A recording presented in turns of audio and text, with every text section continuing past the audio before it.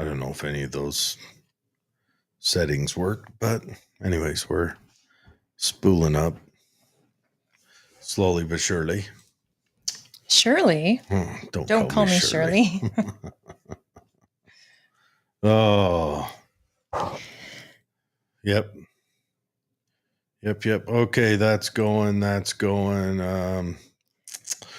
about we kick off with the intro and then Perfect. We'll do some chatting. From the Great Basin to the Rockies to the four corners of Utah, Colorado, Arizona, and New Mexico, this is KMMU Main Street Media Utah coming to you live. You can find us on Rumble, YouTube, X, Facebook, and our website, kmmu.org. Please join our hosts, Jared and Holly, for Political Head Trauma, where if Head Trauma had a podcast, it would be just like this. Take it away, Jared and Holly. Well, welcome everybody. Yes, and thank you, Dwayne, for recording that and taking a little bit of announcement off my shoulders. It is Friday, June 6th, and we've got June, the first week of June in the books. Also, it's a big anniversary. Yeah? What? The biggest. It's the anniversary of D-Day. Oh, how many years? June 6, 1944. What are we looking at? 81 years. Really? Wow. Is it 81? My math is hard, so 61. Hold on. 60 in there. 81 years. Nice. Wow. Yeah. So it's a heavy day. Let's go ahead. I got it pulled up here. Let's go ahead and talk about some of the stuff that happened that day. It's over 10,000 casualties on our side and 4,414 confirmed deaths. That's on our side. That'd be U.S., Brit, Canadian, and all. I think Belgium had we'll just go through them. UK, United States, Canada, France, Australia, Czechoslovakia, Poland, Netherlands, Norway, New Zealand, Greece, South Africa, and Southern Rhodesia. Now, South Africa came in with the Brits. Southern Rhodesia came in with the Brits. Greece was one of them budding countries that, of course, Germany invaded fairly early on or bumped up against early on. Norway, the Netherlands, Poland, all those guys. Poland was in a complicated affair. Let's just, talk about Poland had been invaded by the USSR a few days after Germany invaded them. They had made a deal to invade at the same time, but Stalin flinched and Germany caught all the bad for that. But anyway, so, that's it's a heavy day, a day to remember. It's one of the most impressive military feats to have ever happened. They invaded. The build up to it's just amazing. I don't know. I don't think anyone needs to go through all the build up of it. But they set up like fake divisions in Britain where tanks were made out of balloons to psych the Germans out, and they had a whole pretend division there, so that Germany and their spy planes were thinking, they're staging up north. They're going to invade further north, and they invaded Normandy, which is there towards the south end. And and they were invaded with the thought of winning. It wasn't to create a war that was about endurance. Well, the war had been going on after, but when America and those teams got in there, it was about winning this war. Yeah, it's different than how they do it now. They destroy and rebuild stuff. They weren't trying to bomb people into democracy. they were stopping a bad guy. Yeah. There's a big difference. I'm still an unbeliever on the theory that bombs deliver democracy. That'd be called a non-believer, right? Yes. Thus far, they haven't proven to me that it works. But anyways, So today is also, we did our final ceremony today in honor of Patriot Camp. We had the best camp ever over at Burt Brothers, and we had so many kids, and they did a number of honors to our military and all the different divisions. And it was so beautiful to watch these young kids and these teenagers pay tribute. And through the Patriot Camp, it was fantastic. Lots of volunteers, lots of kids enrolled, and it was so much fun. But it was a very busy week for me. I know you always have a busy week, but I had my teenagers were teen leaders this year. So they were running their groups, and they really had a good time. And I'm so happy because that's what we want. We want our kid in a camp to enjoy the camp and want to go next year, and they're ready for next year. So I watched some of the videos you put up. There was a square dancing video or something. It was Yankee Doodle, and they were doing a dance to it, and it was really cute. On the Patriot Camps on Facebook. Mm-hmm. Yeah, if you guys want to check it out, we did the whole thing live. We streamed it live for the ceremony, and a lot of our audience members, they stood up if it was their military branch during the military songs, where you pay homage to the Navy, Army, Air Force, Marines, and Coast Guard. It was way cool. We didn't have Space Force because that's not in the song yet, but we did a day where we taught about Space Force. Okay. And so I have a cousin's husband who's in Space Force. And it's so cool because our local military donated swag from their group for us to give the kids. Oh, good. So it was really cool. And so I'm just really proud of the ladies, the volunteers that came through and worked really hard. And it was a lot of fun. So next year, if your kid might be interested in this, we will do it again next year. We've got Burt Brothers, which is that's the former UMC. Yes, the Utah Motorsports Park. Yes, and Burt Brothers has got the naming rights of it now. So they are our sponsor, and we secured a sponsorship for 3 years total. So this will be our first year of that sponsorship. So the next 2 years, they will be hosting us. So we're so grateful to Burt Brothers. And we got the logo here, and this is our camp logo for the volunteers, and the kids have navy and the teen leaders have red. It's such a good time. It really was fun. Good times. Yeah. I'm glad you're through it. Yeah. I know it was probably a breakneck week for you.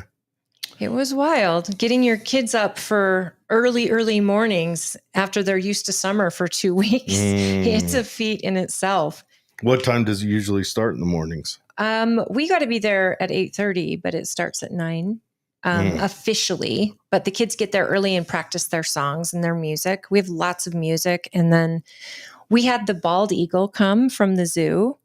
That was really cool. The Hogle Zoo? Yeah. Oh, nice. They brought out Freedom, and he's a 13-year-old bald eagle, and he spread his wings real big. They're about 6 feet wingspan. They figure he's about 13 years old, but it was way cool to see that. And then we also had Carrie Bartholomew. She came out. Okay. And she did last year she was Harriet Tubman. I'm horrible. I'm just having a brain fog. But it was so funny. One of the kids, no, it was the lady who got her freedom 300 years ago, and she got to choose her name, and she chose. It's Freeman is her last name. Yeah, Freeman. What's her first name? Carrie Bartholomew is with Moms for America, and she is the best actress, and she stays in character the whole time, and she's teaching all these young kids about the history of these characters. And one of the kids asked her, "Hey, if you died 300 years ago. How are you here? It was so funny. How old was the kid? Probably 6. Oh, so And it was so it wasn't cute. a trolley question. No. And so she explained acting and how come, because she stays in character that well. Mm-hmm. She could have said, because I'm a ghost, you know? It would have been so funny. But it was so cute and so innocent. It was great. Yes. I do love it. We had a great time. So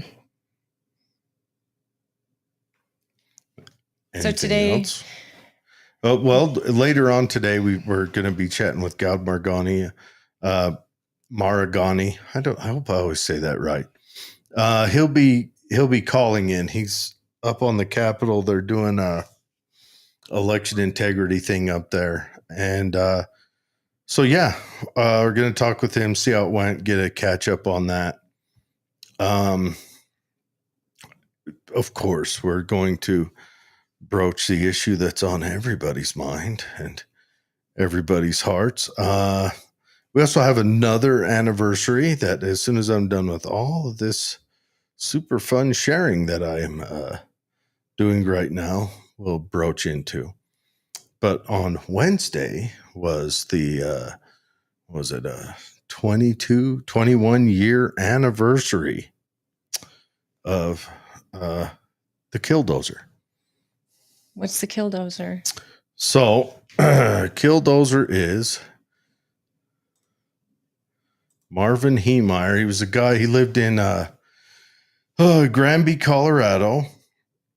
One second. He ran like a muffler shop, kind of a fix all your stuff that's breaking vehicle tractor shop, and a concrete company who was friends with the city managers kind of opened up in front of him. I'm just shooting from the hip here. It's been a while since I studied it, and kind of blocked his access. So his business started dying and he couldn't, get anything done. And he kept approaching the business and the good old boy system. And of course, I'm kind of on his side, which, probably not the correct thing to be, but hey, you guys are listening to me and I'm a kooky bugger. But anyways, so he spent some time and he took but I want to say it was a Kubota, I think. A Kubota bulldozer and armor plated it. Right. And went on a rampage. To get his revenge. Yes. And it's amazing because I just read some of that on how it ended that day. But he unalived himself. Well, yeah, after. He fell into a basement. Here, I'll share the picture of the dozer here. But he took out the mayor's house, the town hall. He took out a lot of buildings. There's a Killdozer. And they couldn't stop it. It was armor plated. It was full of tons of concrete. It looks like cement. Well, those are steel. Amazing. But he's also got cement buffers in between the steel and the bulldozer. That's amazing. And they couldn't stop him. And what happened, he had cameras up all around it. So that was how he saw where to go. 13 buildings. And he got stuck into a basement, fell into a basement, got stuck in there. And then he killed himself. And so you always kind of hear that saying that, when your government becomes, unreasonable, you'll find yourself becoming unreasonable also. Not that I'm saying that's a good thing, but that's what he did. And his government was unreasonable. You don't say. Yeah. So a couple big anniversaries. We got D-Day and we got the anniversary of Killdozer a couple days ago. I've never heard of it. Killdozer, but appreciate the information because that's really interesting. Libertarian thing. We got a couple more anniversaries this year. I'll try to remember to cover all of them. So we've got to talk about No, we only have 45 minutes before Goud comes on. Well, once we get in this conversation, I think it's going to fly by. I hope so. But so Trump and Musk are on the outs. Yeah. And there have been not just on the outs, and they could have gone on the outs gently, which at first they did. Yeah. And then I believe it was Musk threw the first bomb. And then, well, I don't know, it depends on what you call a bomb, but Musk has said that Trump is on Epstein's flight log. Which we already kind of know he was, because he's already admitted to that with his family. He made it sound like it was something different. Yeah. But which is that's crazy. A bomb thrown. That is a big bomb thrown. That's a huge one. And Trump threw a bomb saying that Elon Musk is only angry about the big, beautiful bill because it did away with the electric EV tax credit or whatever. Right. And the space program with Starlink. Using Starlink with our does it do away with Starlink? Traffic controllers? No, it's just not giving them the contract for air traffic controllers because Trump thought it would be a conflict of interest. Okay, I'm not here to defend either party. From an independent outside viewer, it looks like Elon Musk had Doge because he really wanted the government to clean up, to be cheaper. And Trump is a former Democrat, now a Republican, and did what Republicans do. If they see a dime on the ground, they spend $1. Okay. This conversation with these two should have been held in private. Should have.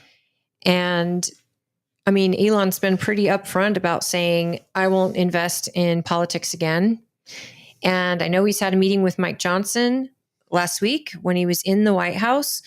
I mean, this is all happening like this week. And earlier in the week, he was in the White House being wild. Honored. Yeah, the happy goodbye. And so when he talked to Mike Johnson, he told him what the problem was he's had with the bill. And it's not cutting enough, even though it's cutting the most it's ever cut ever in the history of the United States. However, I think there was a mandate during elections, and I'm with you. I kind of see both sides here. Elon invested a lot of money, and at the risk of his own business. Oh, he sacrificed. Yes, he truly did, and he should be given an award. 100%, most important man alive, without a doubt. And so here he's invested all of this. There was a mandate from the voters. He was not a Republican. He decided that he was going to trust the Republicans. Here we've got the House, the Senate, and we've got the presidency. And this bill is getting some critique from our most conservative senators and some of members of Congress. And a member of Congress. Well, I mean, even Marjorie Taylor Greene said that she doesn't like the fact that they're making federal government totally control over AI for the next 10 years, taking it from the states. She said she would not vote for it again if it gets in front of her without that being amended. Well, and there was one Republican who didn't vote against it, who Donald Trump says he's going to try to primary out of there. Good luck. Thomas Massey. And honestly, if I had to bank on the opinion of one man in DC, it'd be Thomas Massey. Yeah. Every time. I think that with the waste, fraud, and abuse that Doge found, with the work that Elon did with his team, the sacrifice, he absolutely. Tesla's on life support. And at the end of the day, I don't like that it was done on, it almost feels not real. The public thing. Okay. All right. So we'll get into that. A lot of people think it's that old 35D chest, whatever all that means. It just doesn't feel real. It almost feels staged. But Elon Musk isn't the same as other people and social cues and things like that. This could very well be real. I'm not saying it isn't, but it just, man, the bombs just started getting thrown. And what the White House is saying is that this is the biggest cut in history. And they need to raise the debt ceiling at least for the next year. The senators who are very conservative are saying we're not voting for it as is. We don't like that AI is being, completely controlled by the federal government. States should be able to do their own AI. Which in a lot of ways bums me out because it's got the Shush Act or the Hearing Protection Act, which is going to remove suppressors from NFA taxation. So that means suppressors would just be open. Yeah, but that should just be removed anyway. There's also bad news coming down the pike that they're talking about absorbing the ATF into the DEA. And well, there we go. And then we'll just have two shady organizations working for the price of one, or one working for the price of two, however you say it. But again, ask me why I'm black-pilled. I just don't think, the Republicans will let me down every time. They get all these cuts and they start talking about we're going to lower taxes, meaningfully lower taxes without raising the debt ceiling. And we're going to do all this. And then they put in a big old pork-laden bill. And I'm like, and all those and cuts it's still only passed by one for vote. Nothing.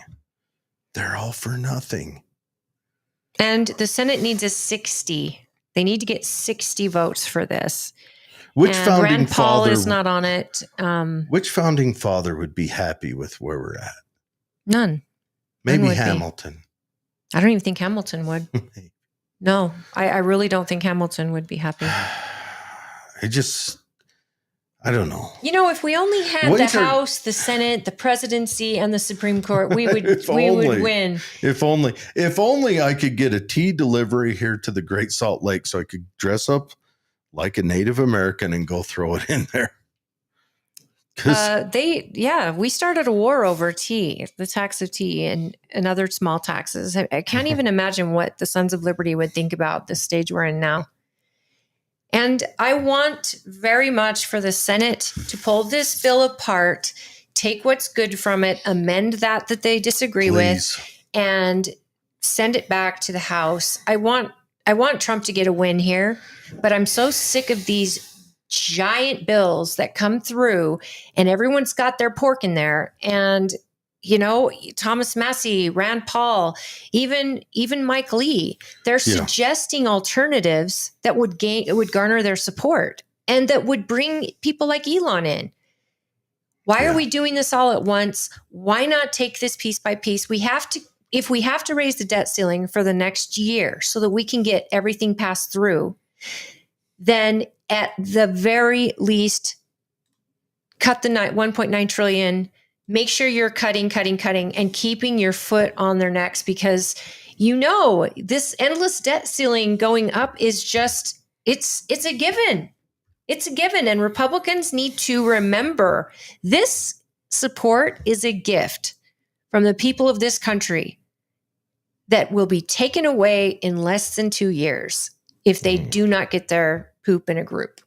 And this split. It's horrible. Is it damaging? I don't know. Maybe it's not damaging. Maybe they made a deal and said, you know what? Elon's like, man, I'm dying over here. And Trump's like, let's have a fight. Let's have a fight. Let's throw bombs. Maybe that's what it is. What end? Would it be to make Twitter more famous? No, to maybe make it. Twitter doesn't matter to Elon, I think, near as much as his business is thriving and not being firebombed.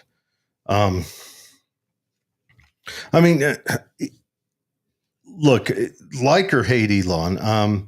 I like the guy just because he's kind of a interesting guy. I don't obviously know him personally or even know what's in his heart or mind or anything, but I think he was pretty upfront with what's in his heart this last election. He became the most important person alive when he bought Twitter. Yeah. Because even more so when he jumped on that campaign trail with Trump. Yeah, he gave the right wing a voice. They were finally allowed to to speak their mind for the first time. He went all in with MAGA, and He did. after watching Trump survive an assassination attempt, Yeah, he jumped and he off really the went DeSantis in. bandwagon, and the Doge cuts had to be implemented. They still have to be. They still have to be. Otherwise, it's all for nothing. He's lost businesses. He's lost credibility. He's made enemies. And I mean, he's literally had to have security and detail on his family. Yeah. And for what? What does it come down to? I don't want to say, I don't know everything about this argument. All I know is it looks terrible to the people who support both of them. And I don't like it when Trump says, well, I probably would have won without him, but he was a really nice addition to our team. What? How much money did he give? Oh, 200 million? Yeah. He gave more money to that.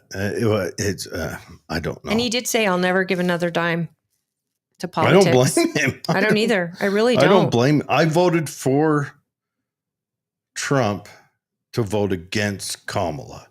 Right. And a lot of people did that. Just because her speech, her talk about we need to shut down free speech and all that, I was just like, I was done. I was out. Yeah, I think it's a tough. You're going to have a hard time getting me to vote again. Just because, it has to, and theoretically, if we keep going the way we're going through the cycle of civilization, I'll keep voting because it's going to get even more ridiculous every 4 years. It's just going to get radically ridiculous. I don't see us pulling out of this. Yeah. What is the end? What does the end look like? We've strapped our great grandkids. And I say we tongue in cheek because most of us haven't voted for this. But we keep sending the same people back to DC. And so, yeah, I guess we have voted for this. The debt ceiling, it's a constant thing. It might as well not exist if we're being honest. Oh, yeah. We're in modern monetary theory. Just print to your heart's content. Then we'll have to put price controls first on those things that are needed to live. So you'll probably see price controls pop onto food, which chicken like quadrupled in price in 2 weeks. Well, that's because Biden murdered 2 billion chickens. Yeah, but either way, so we'll see price controls hit food, and then we'll see it hit housing or energy. They're both needed, and eventually we'll see it maybe hit vehicles, or we'll just go full Europe where the average citizen doesn't own a vehicle. There'll be buses everywhere, and you'll own nothing, and you'll be miserable. I think it's interesting because Elon was really adamant too about the EV taking away that deduction on your taxes. I think it's about $7,000 for your first purchase of an EV. Mm-hmm. And, that helps a lot of people. And sometimes that's the decision maker for them to purchase that vehicle. Elon's idea was we're making electric cars that are actually reasonable and can accommodate most people. It's not like you get 100 miles on it and you have to charge it. So I just, if the American people can write something off on their taxes, they absolutely should have that option. I think the no tax on tips and overtime is in this bill as well. Again, this is all this good stuff and then all this crap in the same bill. Yep. If they were to pass that, the state would come in behind it and raise all of our taxes. Well, they're going to do it anyway. They would just make the excuse somehow. That's I hate this. You know what? Here's the interesting thing. I've got to remember the book. I was reading a book and it said, some sociologist said, oh, well, here's where taxation relates to if you're in a liberal community or free market and all that. And then there's totalitarianism. And he postulates that at 33% taxation, you've entered totalitarianism. Wow. And we're so far beyond that. We're double that. We're the land of the free, home of the chump. Home of the chump. That's from an old movie. What movie is it? That's great. Heartbreak Ridge. Nice. Wow. I would love to hear your guys' perspective, though, especially if you've been following it. We'll read through some of the big, beautiful build details here in a second. But Jordan says, "Hey guys, happy Friday. Yeah, my grandparents' house, after it had a house fire, is finally being renovated." Oh, and my hey, goodness. I'm a libertarian. That's right, Jordan. I've been through that, Jordan. I've lost a house in a house fire, and that's never, ever easy. I'm happy to hear that. It's really rough when it's grandparents, because it's not like they've got tons of disposable income. Easy mobility into new changes. He says, "We all been through bad breakups except me. People leave and join and rejoin campaigns all the time." Yeah, and oh man, these bombs thrown, I don't know. I mean, they're really personal. It's almost like you can't come back when from it. When he's suggesting that Trump is an Epstein style homeboy, that's a hard one to come back from. Now, he didn't openly say, but he did say that's why they're not releasing it. And then everyone's like, "Well, why don't the Democrats release it?" Well, because I'm sure all the leading Democrats are on there too. It's probably like if you want to know who's on Epstein's flight logs, just go to ushouse.gov and read the first 100 lines. I know Celeste Malloy was not on. Yes, I hope not. Or Thomas Massey. I'm sure he wasn't. He's way too principled. Rand Paul. But some people went with their families, which is what Donald Trump has claimed to do. So again, if they release the logs and you see his name with his wife and his child, like he says, again, you would want to see that. I just hate to honor any accusations when they're angry at each other. If this is real. Kash Patel was on Joe Rogan. It came out. He was on there yesterday, but it came out today. And I listened to it, and guys, we're not going to get a smoking gun on the Epstein stuff. We're not. Kash isn't even saying, and when they said that that he did off himself, but you know what they did say during that interview was the evidence, what we can prove is that he didn't. Well, that's a big difference than saying he made it sound a little more concrete. Yes. On Joe Rogan. And so there's not going to be a smoking gun. We're not going to get any accounting for any further accounting than what's already happened, like with Prince, Butthead, and whoever else. I guess maybe this P. Diddy wrap up might be a slow fold into that. But I mean, look. Live in a world of creeps. Epstein was a tool of intelligence. There's no doubt in my mind.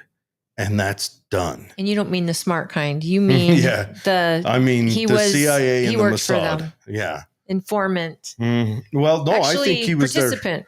I think he was their honeypot guy, their connection. And then Jordan says taxation is theft. I'd say time to vote libertarian, y'all. Yeah, the libertarians. Then get a good rep. Whenever they have a chance, they roll forward. They blow it. And they choose terrible people. They had Dave Smith was contemplating a run last go around, and that would have been awesome. If you guys have watched any of Pierce Morgan's new podcast or any of that, Joe Rogan, Dave Smith's on there all the time. And he was contemplating a run, but he's got 2 young children. His son, who was just born, I think the end of last year, was born with heart problems and all this stuff. And so he was like, look, I want to be with my family. I don't want to wipe out my time with my family to do this. He is a libertarian. He's a stand-up comedian professionally. He's Zelensky. Very intelligent. Yeah. All the way to the presidency. Well, Zelensky was an actor comedian. Yeah, but he was really a slapstick type comedian. Yeah, but I don't, and I know it's in most of the people that watch our show badmouth Zelensky, and I've tried not to. Like when I stand up for him for not having an election. If he had it, there's only been one other time that a country was occupied that had an election. One time that we know of. Yeah. I mean, and that was Romania. Are we going to talk about Ukraine? Yes, Dropping we're gonna. bad boy. Ukraine's gonna come on, but let's finish Jordan's stuff here. He says, I totally agree with you 100%. Both of you. Thomas Massey is great. Yes, he is. I don't trust AI, just my opinion, though AI shouldn't be manipulated. You're absolutely right. He feels Jared's pain. Then he says, I'm awesome. Well, thank you, Jordan. You just love Jared. I feel left out a little bit, Jordan. Holly is the beauty and I'm the brains. Beast, I thought. I'm Master Blaster here.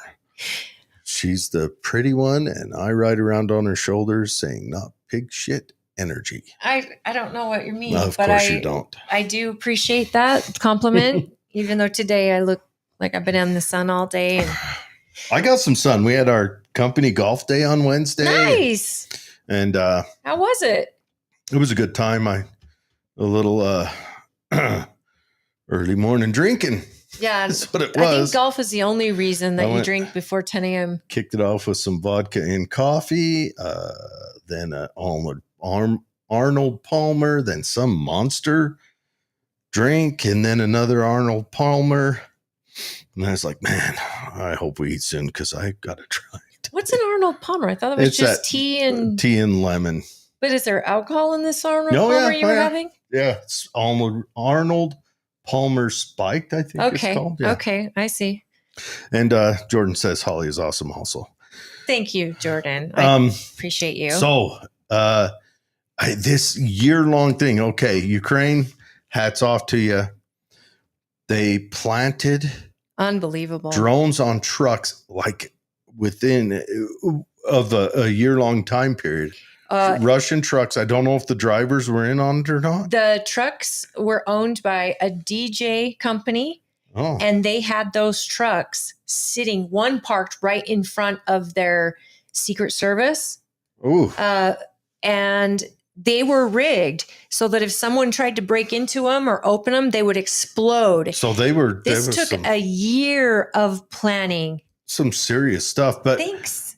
Yes. Sorry, Patriot Camp. Jordan says he loves the shirt. That's why Holly's looking like a Muppet right now.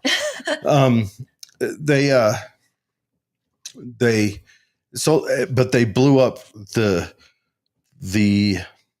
Russians equivalent to our B-1 bombers. Yeah. So they blew up their nuclear with drones delivery bombers. 20 of them or something. These trucks, they would open up when they were remotely detonated. They would open up and these drones would leave the truck. And it was a year trying to get this through. Now, the downside with it is peace talks are ongoing. Now, Putin has not been honest during the peace talks. Now, neither has Ukraine. So it is what it is. And honestly, I don't blame Ukraine a bit. I really don't. No. I mean, they're invaded. Now, it's a war. I'm still a firm believer that Russia was goaded into invading them. I may be wrong, but I that's what I believe. The evidence that my semi-retarded butt has read and looked into, that's what it looks like. But Ukraine is punched so far above their weight that you got to give it to their populace. You got to give it to their leadership and execution was unbelievable. Yeah, it's and this harkens back to when Lenin was conquering, when Vladimir Lenin was the dictator of the USSR and conquering Ukraine. There was a cavalry captain from the Ukrainian army that started an anarchist black army. So this is right after the Red Army had beat the White Army. They went into Ukraine. They wanted that breadbasket. And this black army was a cavalry captain, and I think they were no bigger than a brigade or maybe a little bigger at any given time. they gave them hell and they fought hard. And man, Ukrainians, they really show up to the party. They come to dance and they're pretty dang good at it. They punch so far above their weight. Well, I mean, they took out a major bridge that Russia needs to get into Kiev. And occupy. I mean, they've got that already. They won it in the last war, right? That's that location, and now they've just ruined that bridge. And so Russia's just like, Vladimir Putin was on the phone with President Trump yesterday or day before yesterday for an hour, 15 minutes, talking about that invasion, talking about peace talks. Trump actually said after the conversation that he thinks the peace talks are now put back even further. Yeah. However, Trump did say in this conversation that this is a war and Ukraine has every bit of right to. Good. It wasn't a terrorist attack. Now, Russia is calling it a terrorist attack, and yet all of the locations bombed were precision planned military installments. 100%. And this was a military action. Yeah. Well, and it's not just that, but also, so Russia calls it a terrorist attack while you're invading a country. It's pretty cheeky, huh? Now, have we done that when we maybe wandered into a high desert place? Or a jungle? And then they did stuff over here and we called it terrorist? Sure. So I don't blame Russia for saying that. And look, if I'm just going to say it outright, if Ukraine got it to where they got Crimea back as well, that'd be impressive. There would have to be a bloodbath with the current population in the east of Ukraine. Do you think so? I mean, a precision drone attack, it reminds me of the guest we had. I'm saying after the war's over. Oh, I see. So you don't think they would take Crimea back during the war? I don't think it would be long-term peaceful because Ukraine has been between 2014 and the kickoff of this latest war. The country of Ukraine were awful unfriendly to Russian speakers, right, and Eastern provinces. The reason that and businesses as well, right? Well, the Russian run. Yeah, but the reason that Azov battalion got called up, the Azov battalion was just a thug gang, just a group of thugs. And they got called up because Ukraine outlawed the speaking of Russian. And so half of their military just said, fine, we're done. Eastern Ukraine, which speaks Russian, due to the Soviet system prior to that, by the way, the Soviets moved people around by force, but that's the population they have now. So the Azov battalion got called up to backfill military that had just up and deserted or quit. And the Azov battalion went from Western Ukraine to Eastern Ukraine and became a insurgent fighting force, I think is the way they would explain it. But wasn't it more like the KGB where they were murdered and tortured, or no? Well, they were actually shelling cities. Yeah. Okay. Between 2014 and, well, it's that recent the then. kickoff. Yeah. Wow. Well, folks, we want resolution there. We definitely want resolution there. But it's I don't blame Ukraine. I'm glad to see Ukraine fighting back. At the same time, I don't like that its talks are going to be further out, if they happen at all. And that our country, I did not like Lindsey Graham going over there. Do you know that he turned in an expense report for that trip? He was there for only a couple days. It was over $400,000. That's it? That's all Lindsey Graham for spent? Lodging, and I think he had to pay for his own food. What the heck? Even if you were staying in the nicest place there and you flew first class, you're not at $400,000, and that's just for Lindsey Graham. There were two senators, a Democrat and him. Oh, good. I mean, there's never been a war Lindsey Graham didn't want to jump on the bandwagon and make some money for. And he dropped Trump's name, saying the president wants us to continue and wants Ukraine to win. How is that helping with the peace talks? Trump's been trying to get on with Vladimir Putin and trying to get both of them to the table. And I just, as bad as I want it to happen and have everybody get their peace of mind over there on both sides, I'm so tired of the killing. That's too bad. It's a generation lost, and Europe's going to bleed again. So big, beautiful bill. All right. I haven't read too much into it. I've just listened to what other people said, but it looks like it's going to extend the Tax Cuts and Jobs Act.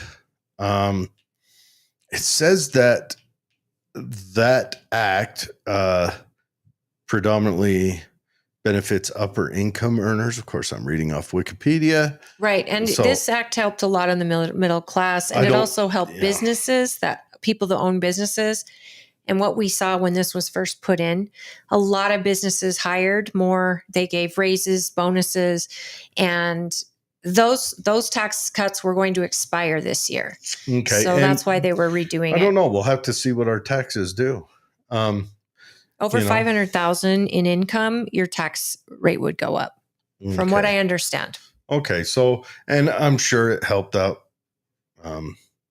I mean, the government does something, it helps out wealthy people. I mean, it cuts spending on the SNAP program, the supplemental nutrition assistance program. That's like and Medicaid, and that would be Medicaid. for our undocumented so it says aliens. Here it says stricter eligibility requirements, but I also heard that it's just going to make it so that those aren't available for undocumented individuals. Also, they have a work program that is part of this for people who are in this situation where they need SNAP and they need Medicaid. And it's a work program that's being designed to help them work during their... I would love to see a program where... during their assistance. And so they eventually can graduate off of it. If you work, they don't start taking that away. Because I agree. Right now, we're set up at a point where if people are on a welfare system,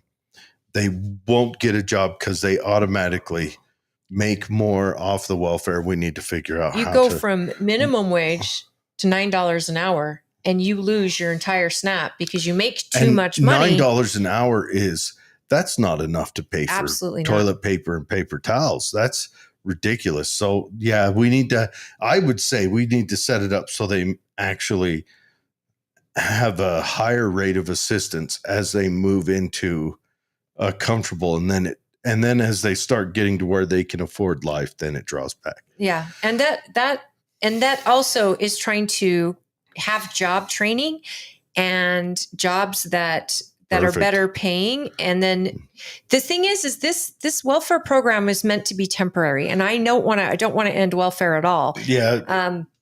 I've had to go on it in my life. And if it wasn't there for me, I don't know what would have happened. I would like to see them, do something. I would like to see, and right now, like our college system is set up in a way so that the top colleges still only pull from the wealthier class. I'd like to see it set up to where if we're going to have our elite colleges, we need to have it so that it at least goes off merit and try to hit at a lower class people. I just think merit total. If people have the merit to do it, I mean, a lot of them, they take people that can't even pass the first year. I would like to see... They take their money anyway. I'd like to see our government quit giving money wholesale to colleges and let them apply for grants. Like if I wanted to do something, I would have to.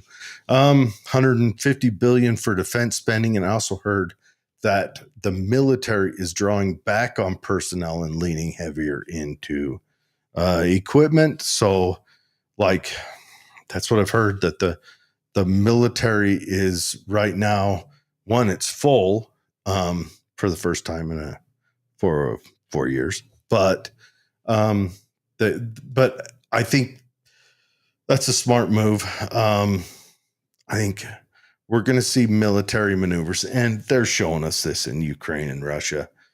drones are the future of warfare.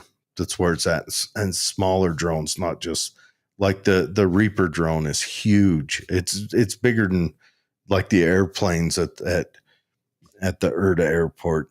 It's huge. It's 40-foot wingspan or something like that. So Yeah. Do you see here when it says well, let's go through the provisions? Let's go. We got scales back clean energy, tax credits. I don't know. Positive, negative. We'll have to see how that works out. Inflation Reduction Act increases state and local tax deductions to 10,000 from 10,000 to 40,000. I have no clue what any of that is. That would be your ability to do deductions on your taxes so that, for I think mortgage and things like that. Oh, okay. So you're actually going to be able to deduct more out of your federal income tax. That with helps this. me out. 10,000 to 40,000. That helps me out a lot. Congressional Budget Office, even though that's ridiculous, 10,000 to 40,000. None of those people buy houses or anything like that. I mean, where's that going to really affect them?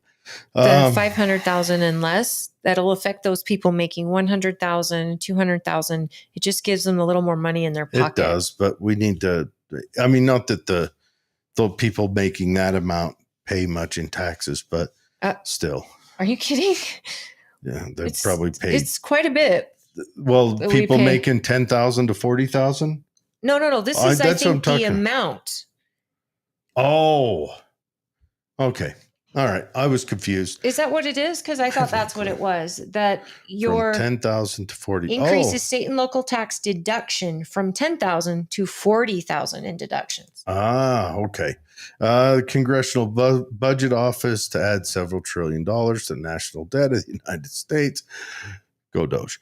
According to a CBO preliminary estimate, it would cause 8.6 million Americans to lose Medicaid coverage by 2034. Now, do you see why? 5.2 million due to work requirement provision. Good. That goes back up to how they're going to fix that SNAP program and Medicaid. Also, we may have just gotten a real number for how many illegals are in this country, at least for those they've found on the program that they're eliminating. It's all in how they word it, guys. So if they're saying that they're going to, you're going to lose Medicaid coverage, 5.2 million because of the work provision, or, 8 million, 8.6 million. They've already said they're going to get anyone who is not a citizen off of that.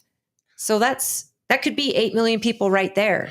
They're also talking about, now again, Wikipedia. So Wikipedia, grain of salt, everyone. They say Moody's downgrades our debt from a AAA, citing efforts to pass a bill. Humana. I remember back in, 2014, when they downgraded us from a AAA then under Obama.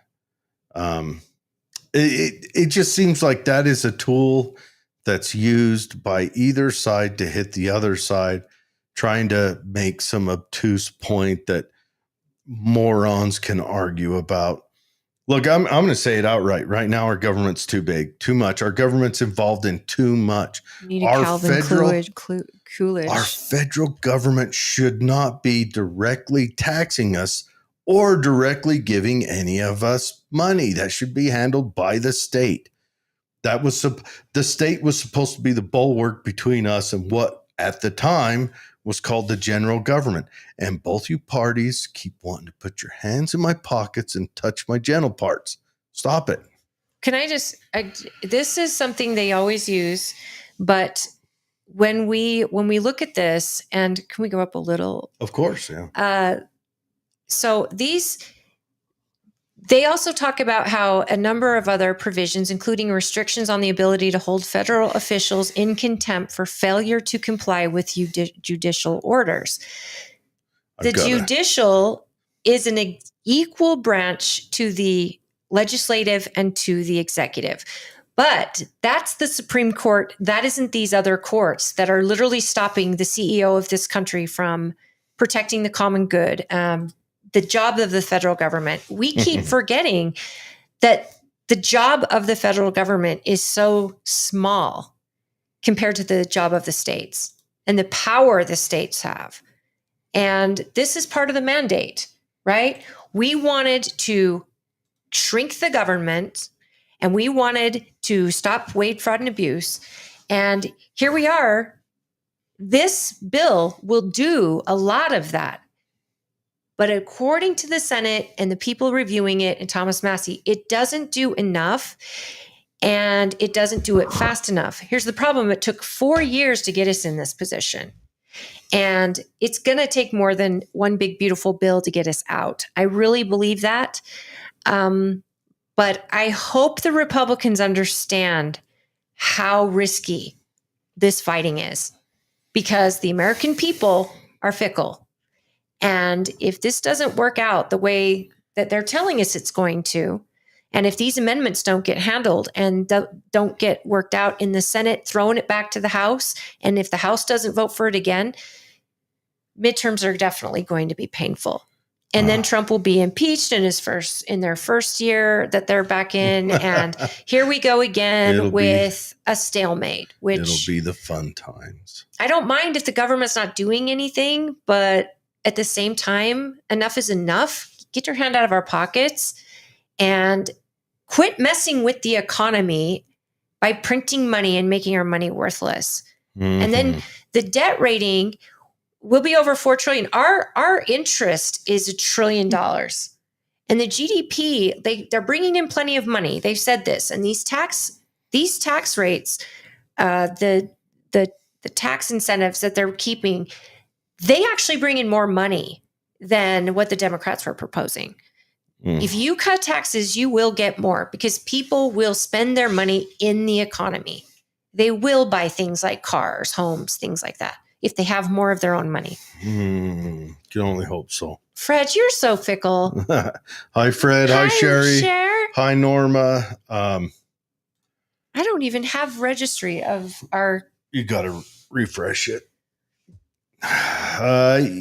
Yeah, I don't know. And Goud will be in here in just a second. Hey, Norma's on YouTube. Yep. So if we... Awesome. I don't know. I watched one interview where they were talking to a lady who worked for the government who got fired as a part of Doge, but she was like, I was happy that they were doing Doge, so I was really willing to take that bullet. And she's like, it feels like it was wasted now. I got fired, and then they just upped the spending. So she feels like she got fired for nothing, and she's bitter about it. I don't blame her.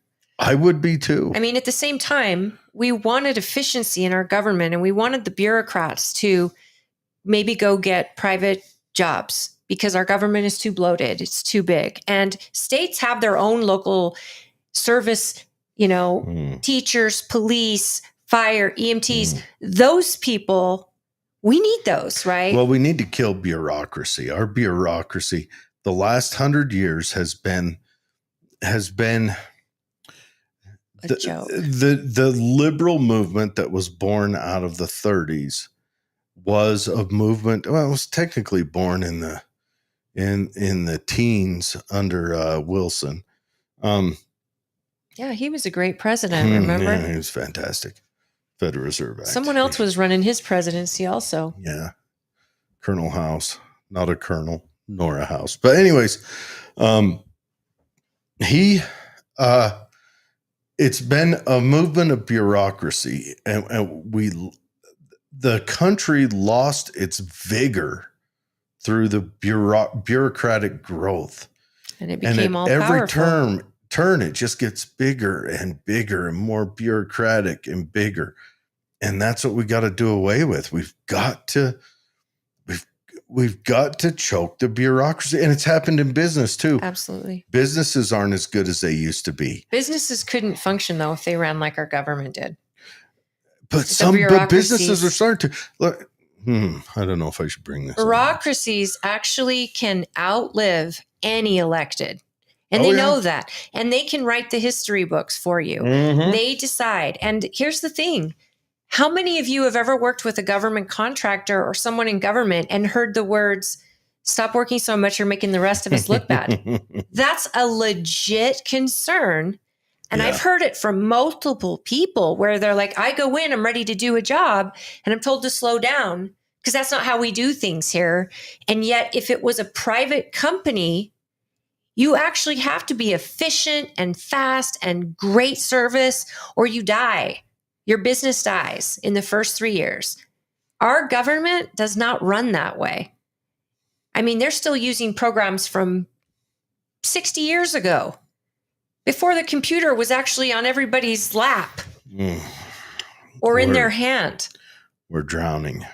Bad systems, bad accountability, and the people at the top of these departments.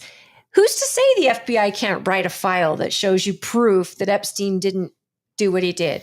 Well, who's to say that Cash Patel said that? But what I'm saying is Just Cash today. gets the file he's handed when he takes over, right? Yeah.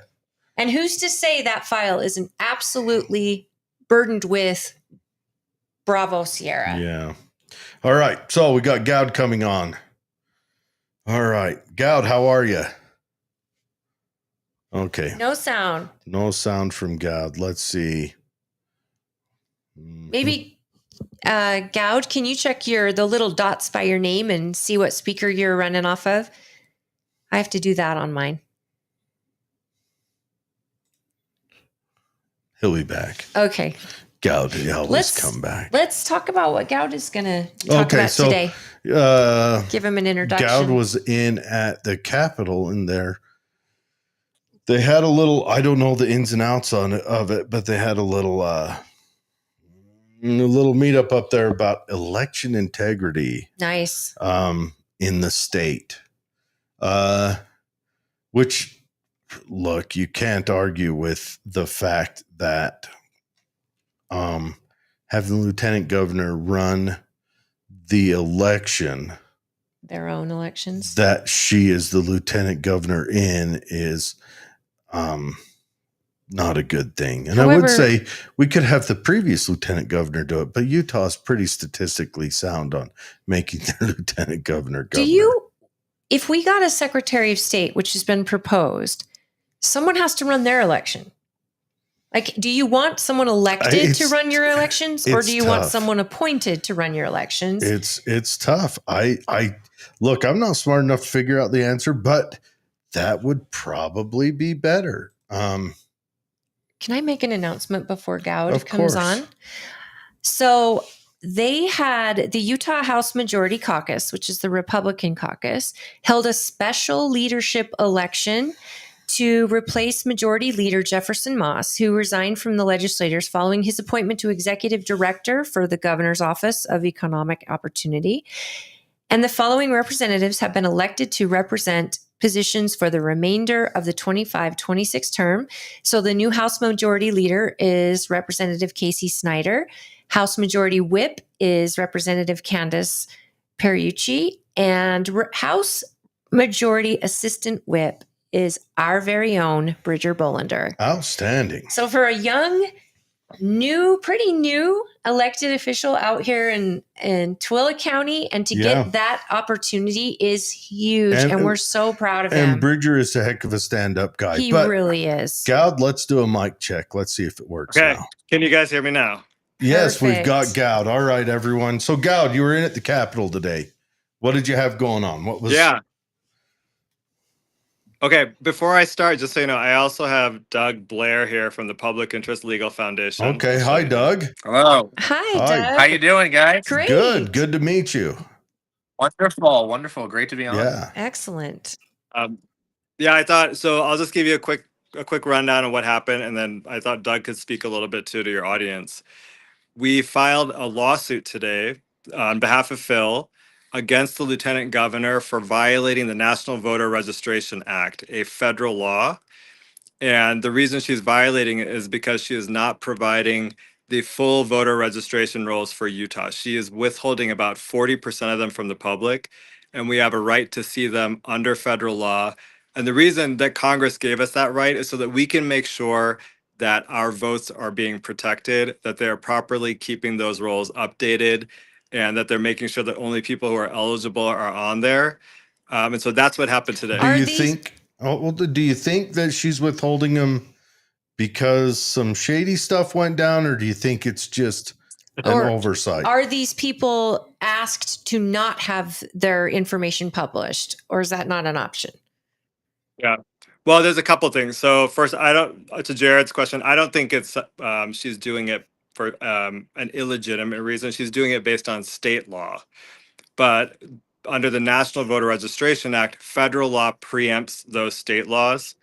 And then Holly, to your question, so people know this, there's 3 categories of voter records in Utah. There are those that are public. It's about 60% of the voter rolls. Anybody can access those Right. records. Then there are private voter records. Anybody can request that their records be made private, but only the political parties, the political candidates, and the government can see those records. And then there's that final category called withheld.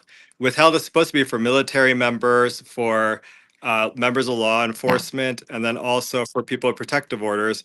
But there's a little bit of a twist. The twist is this. On May 12th of 2020, everybody who was private at the time was converted to a withheld record.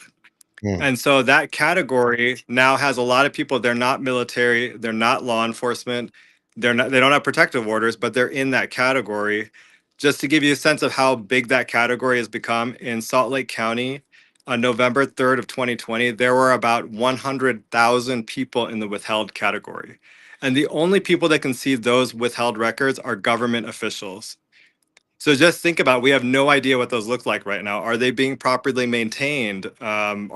We don't know. Nobody knows. We have to trust that elected officials, our government officials, are properly maintaining them without any ability to be able to check that. So I know a few teachers that are also on that list. They don't want their voting record to be made public because they don't want it to affect their ability to do their job. They don't want the UEA to know they're Democrats. Right, pretty much. And I know a lot of law enforcement exactly the same. So are you guys suing so that you can get those rolls published, or are you suing so that they can be given to political candidates? No.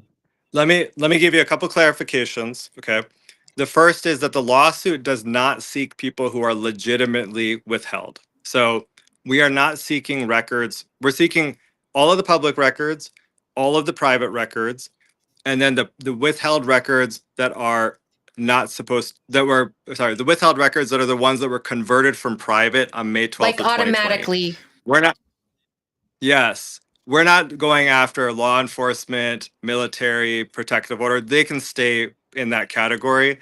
It's the people that were improperly made withheld. Gotcha. So we're also cognizant of the need of people like law enforcement to keep their data private, right? So we respect that. This is about getting people who are improperly converted to withheld and getting that data so we can look at it. Great. All right. Do you know why? Let me just- what was it have to do with 2020's 2020 COVID, something like that, or was it just a data cleanup, or why they did it? No, it's statutory. I don't know why. I've looked at that, and there wasn't really a debate that happened at the time. Interesting. But let me just say one other thing. If you could just convert private records to withheld, or even public records to withheld, they could just convert all the records to that, and nobody could look at any of the records. So we have to have an actual standard that puts you into that withheld category, and it can't just be, anybody can get it. Otherwise, the entire voter roll could be completely unaccountable. Do you guys want to talk to Doug a little bit? Yeah, bring Doug on. So okay, here you go.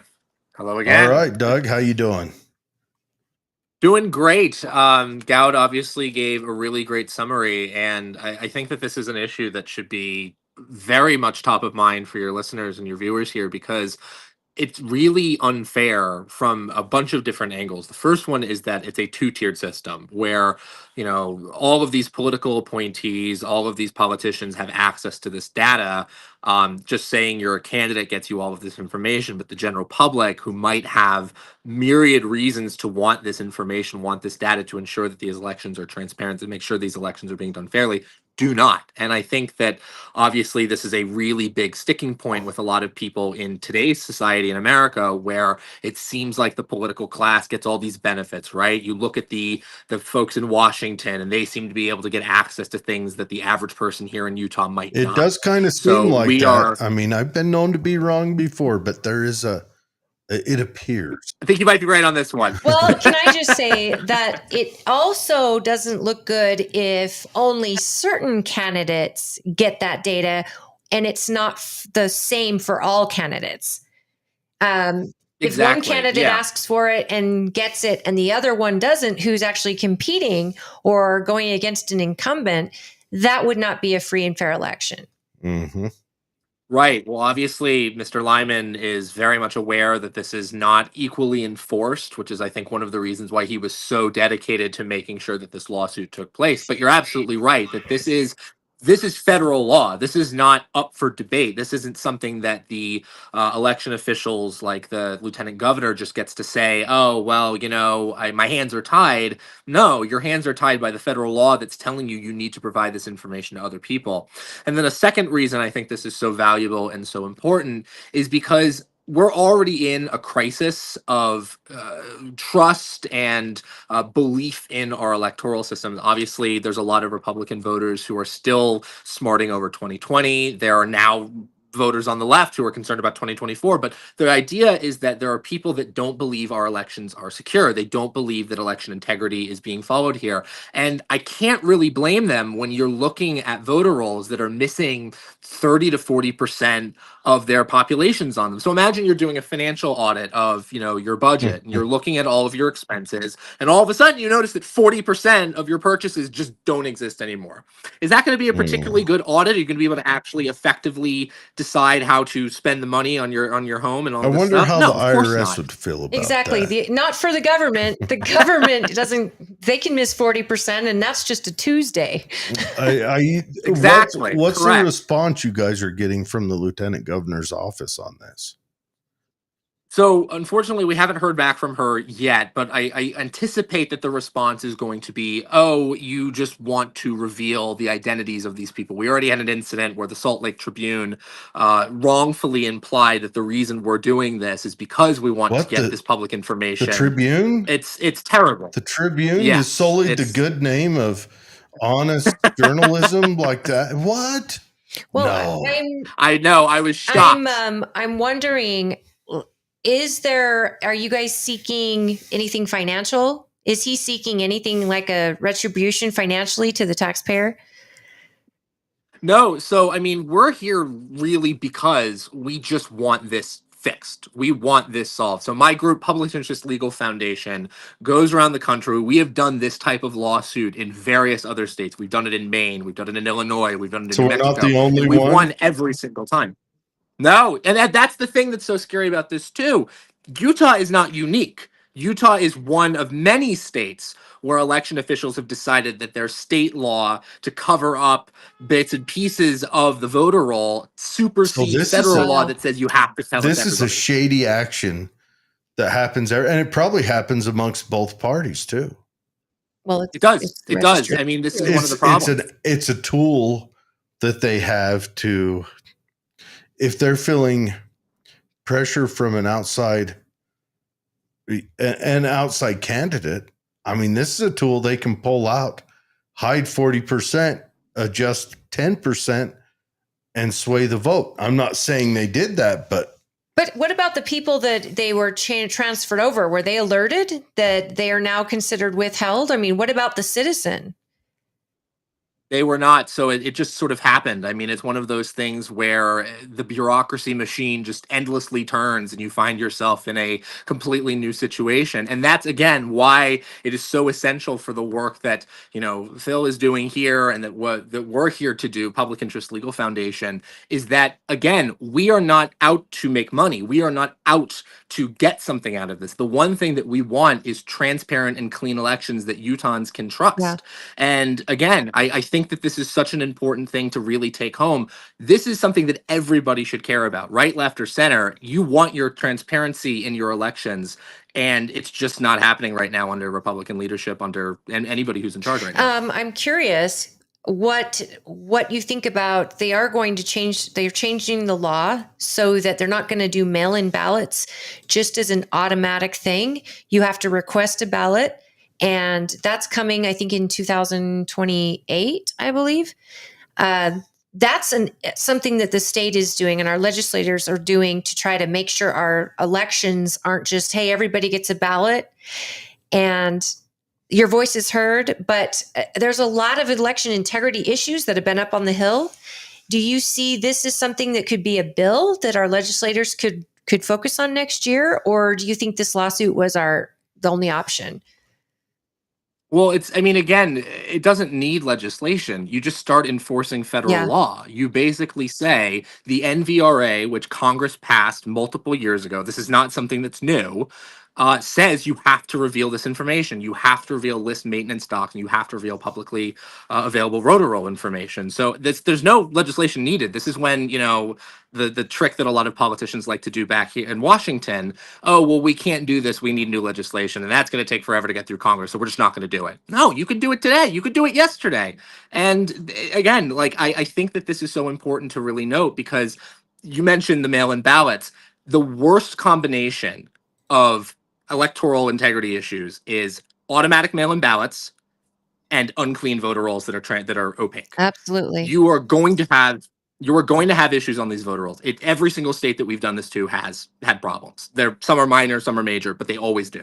So if you're sending out these ballots automatically to people and you're basically saying, you get a ballot, you get a ballot, you get a ballot, and the voter rolls aren't transparent, well, who's to say that somebody dead voted? Or who's to say that somebody who's living in a shack in the middle of nowhere voted, and they actually don't live there? So there's a lot of problems. I'm looking for at disaster. Your website, and there's 349,773 deceased registrants identified. That's 1% of the population.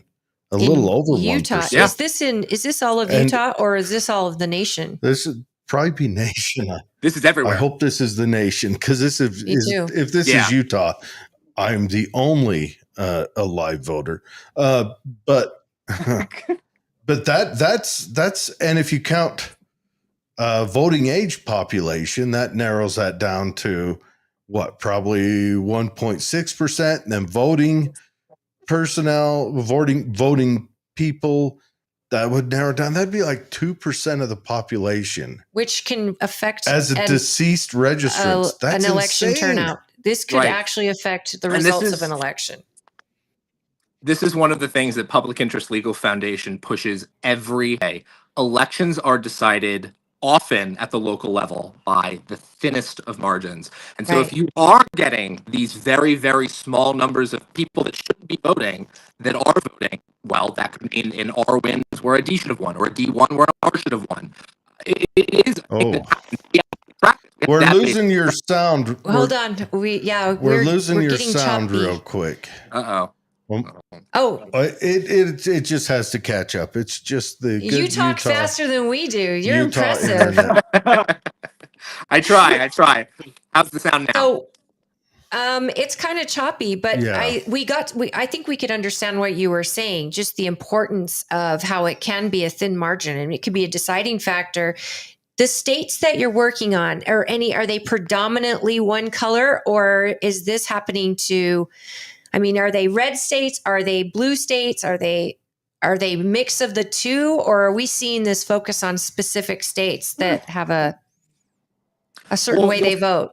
You'll find that the states that fight us the hardest tend to lean in one direction. So I'll give you an example of some of the states that we've been working on. Hold on. Before you give us the example, let's have you guys jump off and jump back on, because the sound is choppy and we really want to hear this. Yes.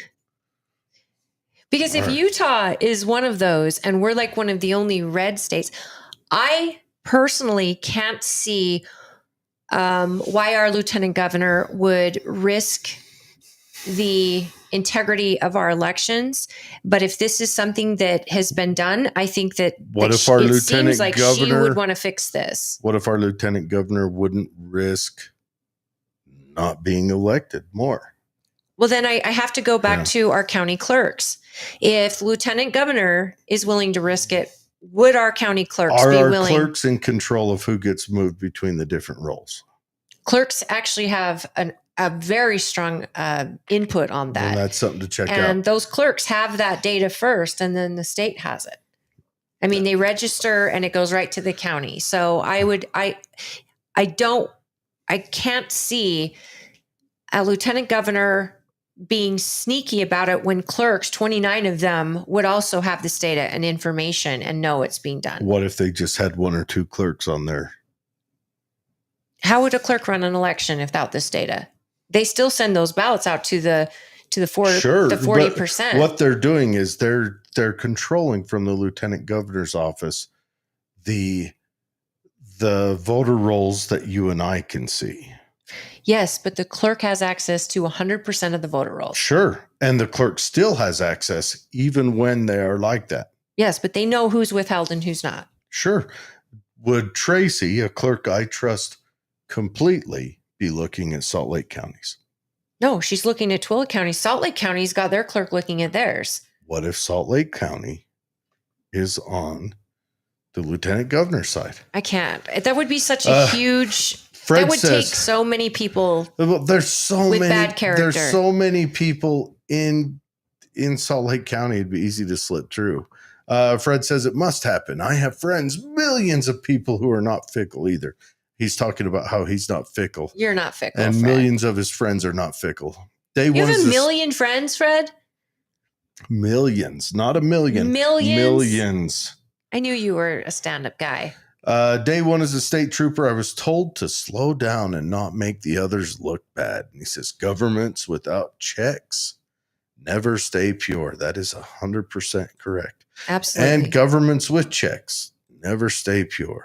I think that key word is government. What? There he is. Oh my gosh, hold Percival. on. Okay. Norma says too many chiefs, not enough ponies. Norma says another quote, good enough for government work. And then Percival is back. Welcome back, Percival. Good to see you. He says, F Trump and Elon. That's Percival. pretty much the You know, standard we expect Yes. from you. And I Yes. appreciate and you. I am typing sorry your that comment. your Kamala did not win. Are you, though? Not even a little bit. Percival, where have you been? Where have I don't know you how we been? run a show without you. We haven't been dragged through the mud in quite a while. No. Glad to see you're back, sir. Yeah, welcome Glad- back. Here, I'm going to put this one up on the screen. This is from our good buddy Percival. Percival, welcome Yes. back. I don't know where you went, but it just wasn't the same without you, buddy. I know. We haven't had him trolling us in quite a while. No, I'm glad to see him back. I mean, But- it's great.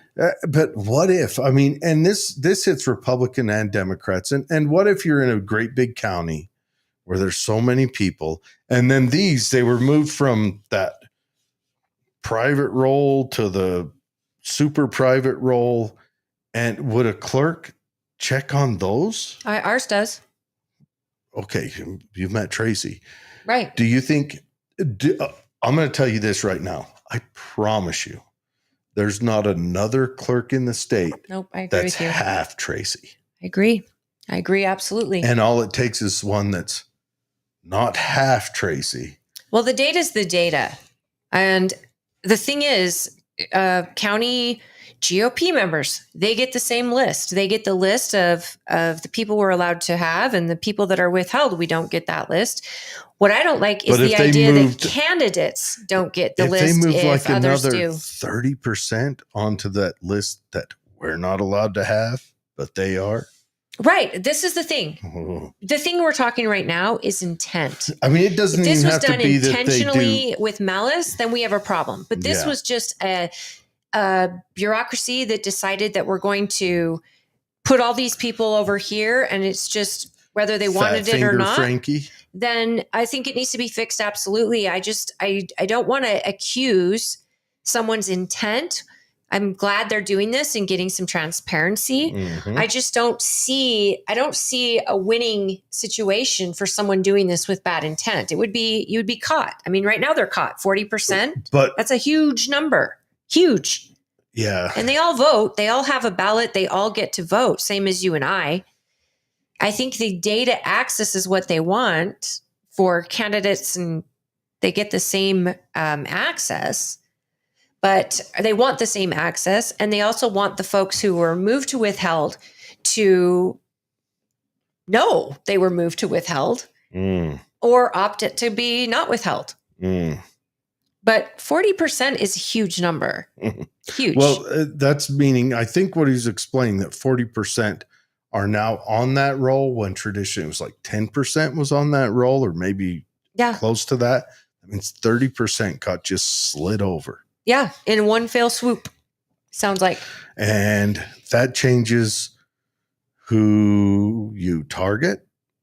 If you're running, that changes who you can check up on afterwards or adjust with. I mean, that changes a lot. I'd be curious to have Tracy's opinion on this, because she's discussed this many occasions about the withheld and people with a restraining order, people who work in government. And I still want them to be withheld. Yeah. And that's maybe the not thing. the people that work in government, but the people that are under direct I'm talking threat. about who work for the government, like teachers, police. Teachers don't want their voter affiliation. I know they don't want the UEA. We need to And- tear down the UEA so teachers and they can don't be want parents to know either. citizens. They really don't, because don't. who they vote for, as long as they're not bringing it to the classroom, they should be their affiliation should be agree. withheld if they see. And so should yours. If you're somebody that doesn't want people to know how you vote and how you affiliate, then you should have that option. You know what? I would be fine if they still did mail-in ballot, but you have to do drop-off in person. I agree. I like that. Not Drop-off bother has the to be post done in office person. in a I like. locked I mean, box. when we, the U.S. military held elections in Afghanistan, they did it with a fingerprint, and they dyed their finger purple, That's right. so they couldn't do it twice. Maybe. What if they had more fingers? Or what if they stole something? Don't they chop your hand off there? Then they don't have that. Maybe they used a toe, or Yeah. maybe another appendage. And they even let women vote.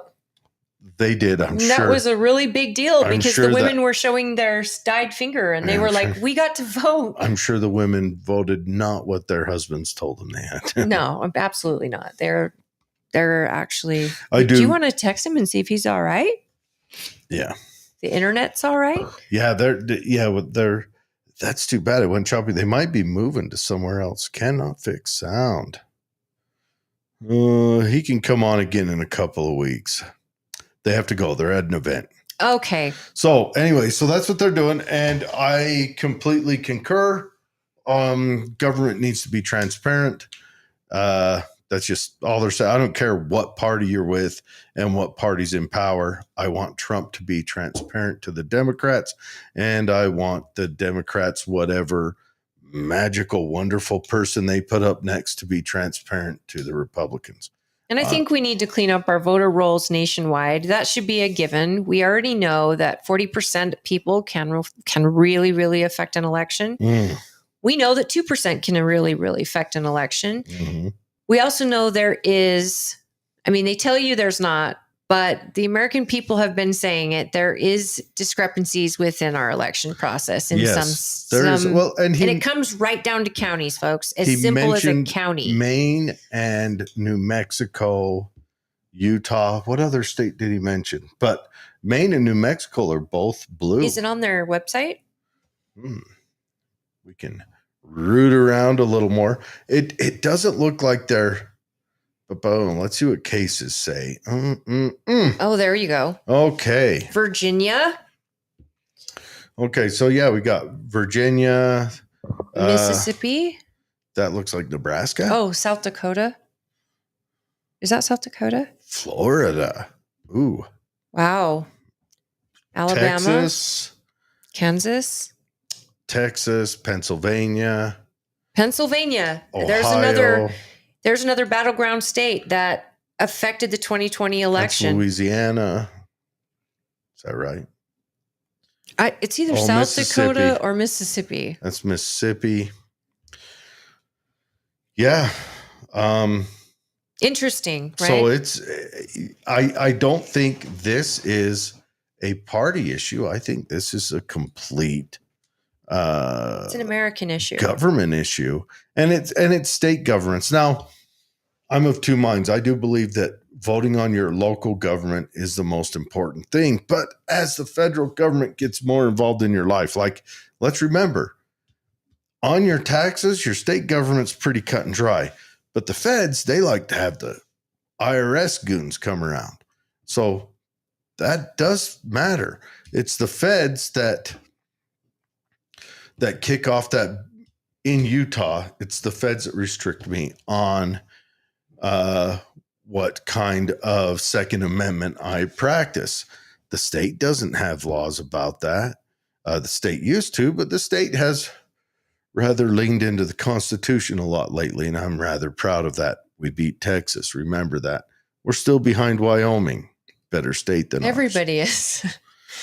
Yeah. Wyoming's going to actually do one of the first nuclear reactors. Yes, they in are. this new technology. Yes, they are. And do you know why they're doing it? Because they don't have 10 years worth of application process and this and this and this. They decided to do it. They don't have a big bureaucracy that, okay, there's a bureaucracy to help it get built, positive bureaucracy. And then there's a bureaucracy that everywhere else has that stops it from being built, that you've got to go and kneel at their feet and supplicate yourself and to they all at have every their turn. hand out. And you've got to pay a lot of money, which is why Wyoming, I mean, seriously, if Katie had let me, I'd move us up there tomorrow. Seriously. I get it. And Wyoming is the best kept secret. Nobody knows. That's right. That's how it should be. Absolutely. And when you can actually power your entire state with nuclear energy, and it's not a 10-year process, and you got a new technically advanced option. You've got trouble brewing at the house. Oh no. Oh no. Oh, scandal. Mom, the internet's down. Mom. But when you've got this energy option, and then the benefit to your citizens because you are doing this energy option, and then they can sell that energy to us, Utah, and the other states, and Colorado. Well, that's another thing we should talk about. Colorado. What about that guy in Colorado throwing Molotov cocktails at people? Come in under Biden, gets his little humming under Biden, just camps out for a year from Egypt, mad and wants to, and so. And his family is getting deported. Well, yeah, they should. They you know what? Forget about it. They overstayed their visas. Forget about it. So they're here matter illegally. Matter of fact, see if he's got a couple neighbors we can kick out while we're at it. Don't come around here throwing Molotov cocktails at people. You savage. Do you like how the governor said that this wasn't a terrorist attack? The governor and the FBI is saying this is exactly a terrorist attack. And if we don't get these immigrants that came over the border in check, we are going to have another 9/11. Not if, but when. The only thing that the governor of Colorado, the only opinion he has that I care to listen to is whether his colon smells like poop or more poop. Gross. Because his head is 1.5 feet up his butt. Well, and it was their local PD that responded that also was kind of like, we don't want to make a judgment yet. Nope. Wait a minute. If this guy was MAGA in any way, you'd make a judgment the second you saw his face. Committing violence against a group of people for political ends to incite fear, that is, by definition, terrorism. Absolutely. I don't care what your reason is, what your party is. If he was, say, a Jewish guy throwing bottles of fire at Palestinian protesters, that would also be terrorism. The minute you start committing violence to cause fear for political reasons, you're committing terrorism. That's actually the definition you just did. Funny, the U.S. Army paid for me to go to lots of schooling to learn that crap. Impressed. I'm impressed. And truth is, it, like you said, it doesn't matter. It doesn't matter Yeah. who the victims were targeted as. It's the fact that it is a political statement. Yep. And there is force planning. This guy planned this. He's been on a expired visa from Egypt, and he went to a place where they were honoring the hostages and the memory and trying to keep it going. They do like He weekly targeted marches. these people. Weekly marches there about the hostages. And I don't care how you feel about Palestine or Israel. You guys all know that I've got this complicated mix of feelings on it anyway. So I'm not, jumping in on a judgment call. But that's terrorism. You tortured people because of what they believe. Burned a child and an old person. Honestly, were it me, I mean, the judgment would have been quite swift. I'd have questioned him gently. You mean for a couple hours to find out if he had homeboys, and then I would have. You would talk to him in the ambulance. Him in the ambulance. Yeah. With his last breath. Yeah. I'd have washed his face. And the government is investigating his family, but they've already ordered a deportation order because they're all here illegally. Yeah. You guys, this is one group of folks that came over. We don't know yet if he acted alone or if his family helped or in any way. However, like the FBI has said, there are millions that came across. We don't know. And from places that do not like the West in any way, shape, or form. And if we can't get these people out of here, it isn't if, it's when we have a big attack. And that should make every one of us, if you see something, say something. That I don't say profile folks because they came from all over the world, from China, from Iran, from Palestine and Yemen, and these places that hate the West. And we need to just make sure that we are hyper aware, especially in large groups. I don't want you to change your lives. I don't want you to not live your life. Just be hyper aware. And if you are not arming yourself, and getting the training to make sure that you're safe and that you know exactly what you're doing so that you can protect your fellow man, I feel like you're missing out on an important responsibility that comes with being an American. Yeah. And standing your ground and making sure that you can protect your family and those innocents around you. These people were innocent. They did nothing to this man. Nothing. They were just honoring hostages. And but for the fact that they weren't at that event, the thing that makes me laugh about that guy is he's from Egypt. And Egypt also has the Palestinians locked in Gaza. Egypt won't take them. Come on. Egypt won't allow they won't allow mass migration into their country. Neither will Jordan. They refuse to let these people come in. Jordan did it once. Well, that's all it took. And they killed Jordan's Secretary of State and tried to kill the king. Yeah.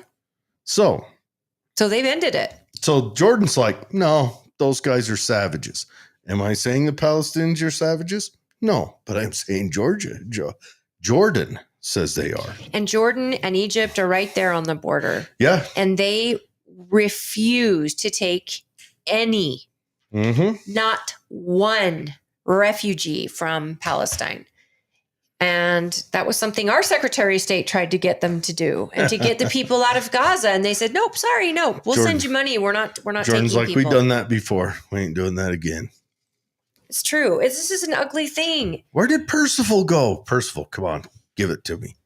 And then you had some of the BBC had to retract a story they did regarding bombing happening in Gaza. And they said that Israel did it. And Israel said, we didn't do this. And it finally, they were able to get video and all this stuff, and ended up that it was being done by Hamas into Palestine. And BBC had to retract. Washington Post ended up retracting. Oh, man. Should I be surprised yet? Well, Jeff Bezos, I guess, made a heck of a phone call to his editor and said, "Fix that now," because we're not going to be like the BBC. Well, We need to get more facts before we print. And I was like, wow, there's an idea for a free press. Well, I think Bezos, I think they all saw the tides change. I think we're noticing that all together in all of these, I want to say tech billionaires. They're all noticing, wait a second, we hitched ourselves to a wagon. That wagon has not done so well. And so they're... You mean the political wagon or? Yeah. And I think we're going to see they're all, in the end, I think we're going to see them flirt a lot more with libertarianism. Yeah.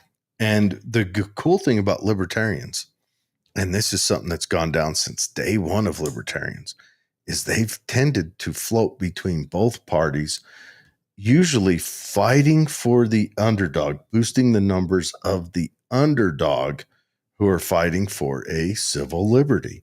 Well, I mean, libertarians believe in live and let live, just don't infringe on my rights. At least that's kind of an easy synopsis, but it's always the party in power that tries restricting rights. And freedom first is kind of, I just wish they would get better representation. Okay. Tell me about it. And, work hard to get local representation and then build it into state and then get someone federal. And it feels like libertarians don't invest their time and energy into the party because they are the party of freedom. And they're still only, a minuscule part of the population. And they're people who don't believe in big government. So they generally don't give big money to where they can compete. What's got to happen? Nor do they develop big type of organization. When they do, they will be ruined. And then we'll have to have another party. Here's what we need to do is we need better us. Yeah, I agree. We need better us that's going to take a better look at issues. We need better us that's going to do things like that because we can no longer rely on the two parties that are in control to maintain trying to manage a nation so that it works for us. We also have learned that we cannot rely on a free and fair press to give us actual data that is not skewed or have an agenda attached to it. 100%. If the American people have lost total trust, well, they've already had no trust in their government, but now you add, there's no trust in the press. Yep. And people are seeking information. You can't trust AI because whoever created the AI gave it its agenda also. So if you're going to look at Grok and say, hey, tell me this and this, or you're going to go to ChatGPT, just make sure you're hitting a couple different sources because that is also skewed.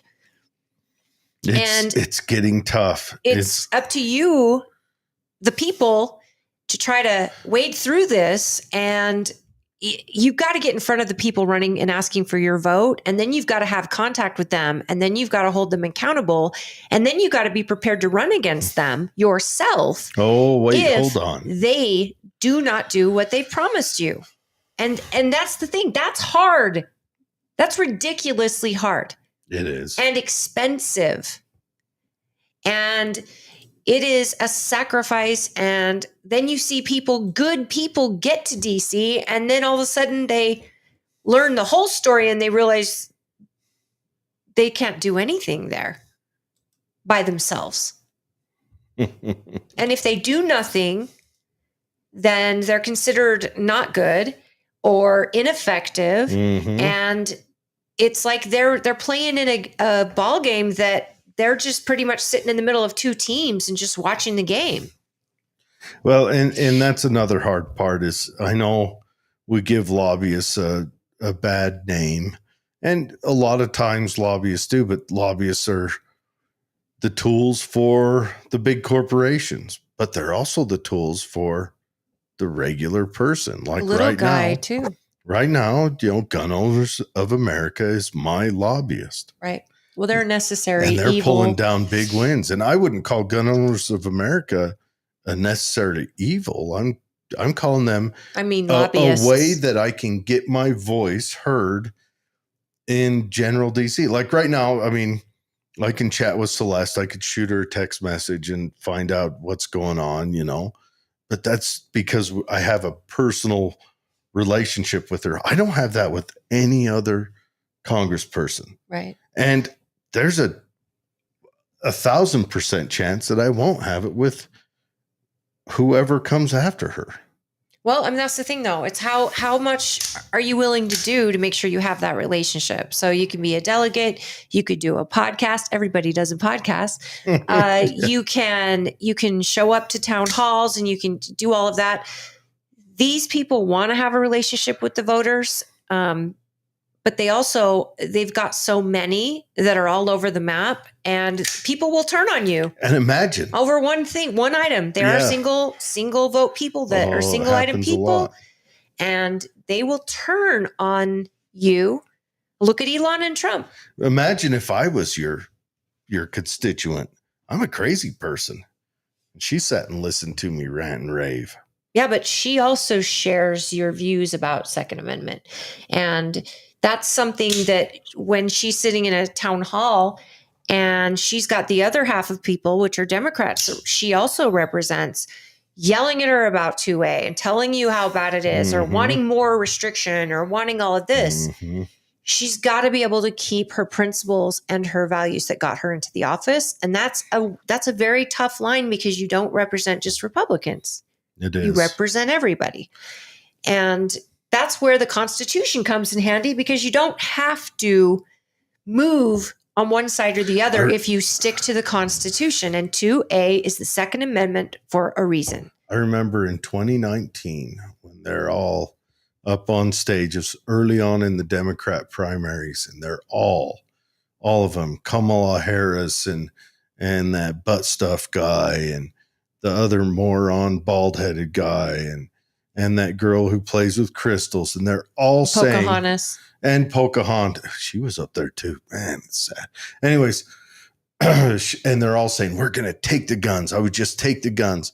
And Joe Biden, and I called it out on this show, he said, look, we can't just take the guns. It's constitutional. It's a constitutionally protected right. And that's right. The guy from Texas was saying, we're going to take ARs. They're going to ban ARs and we're going to take your weapons. Yep. What was his name? Beto. Yeah. O'Rourke. Yeah. Beto O'Rourke. Yeah. And I'm sitting there going, man. They're saying the quiet part out loud. And when Biden said that, and I think that was like Biden's last like real coherent moment. And after that, it's just a haze of Jill and some kind of auto pen where they move his hand over a button and they push it down, and then his name appears. And I don't even think he had to be there. And then they tell him everything's all right. You know, I don't even think he was there. I'm pretending. And then they had the sound stage across the street from the White House. It's insanity. You guys, we can't forget that. We cannot forget the 4 years. And we shouldn't forget the 4 years for that. We should never forget COVID. We should have high alert when they're telling us, oh, there's a new COVID vaccine and we're Like they're telling recommending us it. right They're now? doing that right now. And they're talking about a new variant of COVID. How convenient. Midterms are going to come up, and bird flu. Let's wipe out 2 billion birds. So you can't afford eggs and you can't afford chicken anymore. Let's wipe out the chickens right before I leave so that it comes to fruition in his first term. All the stuff that's going to come to fruition is by design to make Trump look bad. So take a step back and really think about it and just use your logic.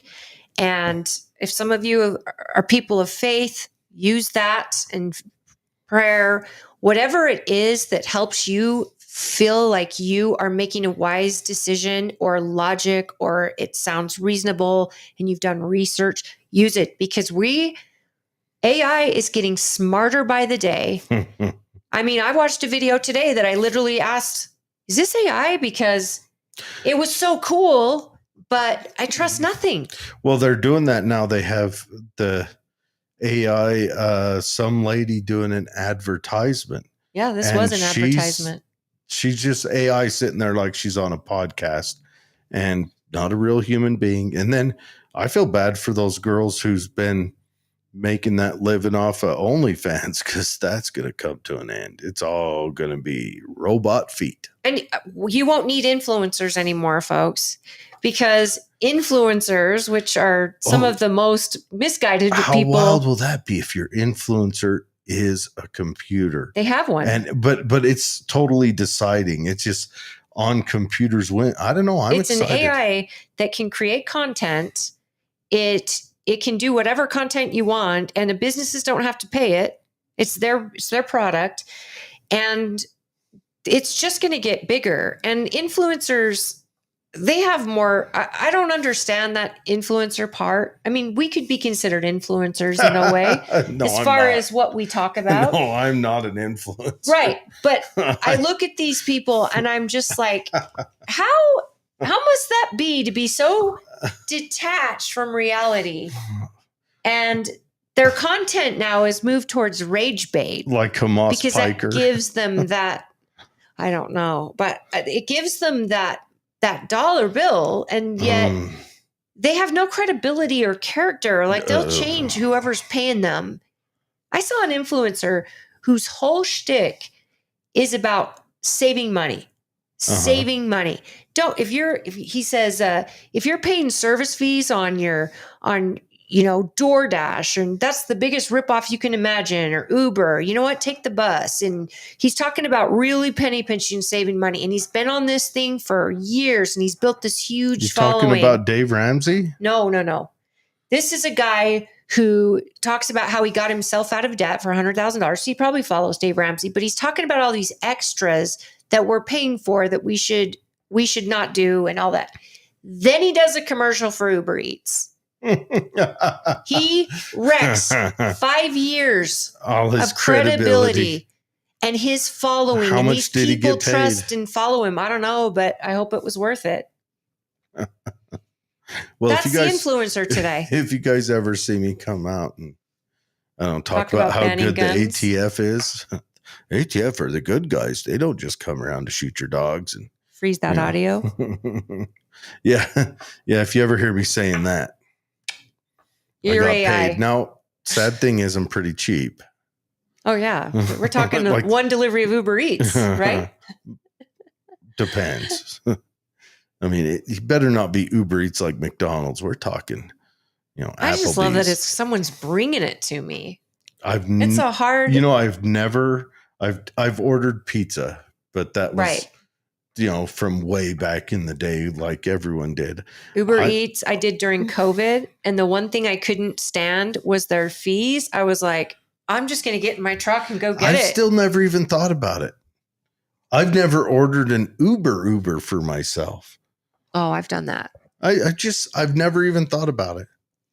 I know, but I don't go a lot of places. When we went to DC, Katie had the Lyft app, and she lifted us everywhere. Well, and Lyft and Uber, usually you have a driver who does both, and they're on the same stuff. We had some pretty good drivers.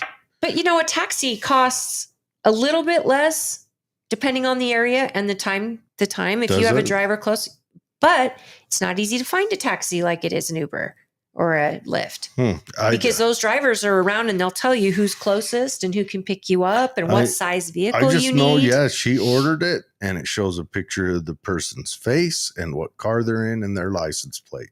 I don't know if you guys know this, but fun fact, if you're riding Uber or Lyft, you can actually like what I was able to do when I was in Milwaukee or when I was in Kansas City, I could share my location with my husband.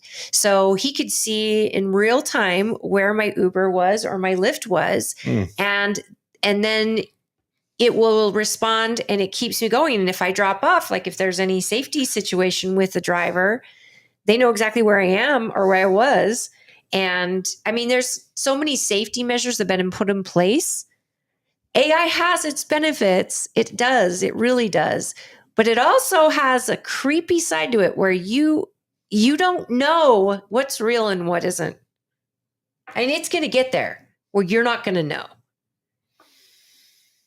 Oh, We already have our older folks who see the miniature dog in the lady's hand on Facebook, and it's the cutest thing you've ever seen.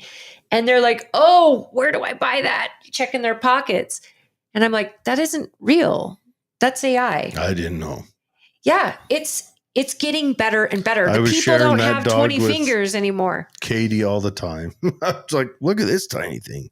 Yeah, you're Come thinking. to find out it was all computer generated everything. But it's so amazingly done, right? It's Well, it's look, amazing. it's going to be cool. The future is you're going to say, as a family, we want to watch a movie tonight.